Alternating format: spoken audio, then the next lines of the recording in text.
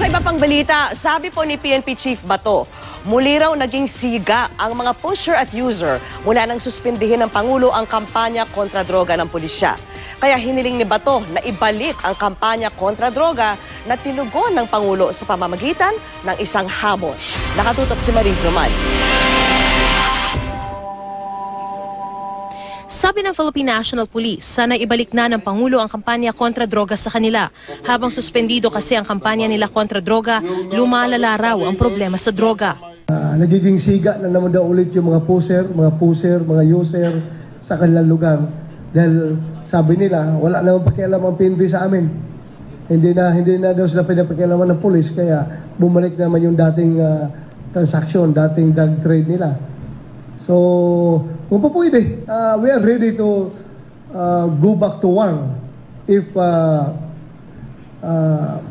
given orders by the President.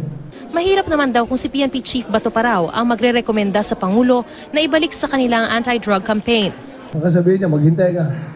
Kaya alam naman ni Presidente, the President is on top of the situation.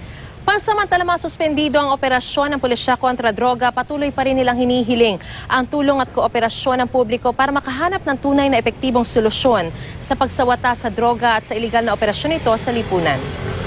Nang iutos ng Pangulo na suspendihin ang operasyon kontra droga, pinasimulan rin ang paglilinis sa hanay ng PNP na ayon sa Presidente ay rotten to the core. At kung ang pagiging malinis ng PNP ang gagawing basehan para maibalik ang kampanya kontra droga, that will take maybe eternity. Dahil sa ngayon talaga, never-ending process yan. Kanina nang magsalita sa palasyo, tila may hamon muna si Pangulong Duterte sa PNP. De La Rosa's job is to look for young men in the PNP who are imbued with patriotic fervor to serve their country. Give me for the men that I can trust to handle the campaign. Mariz Umali, Nakatutok, 24 Oras.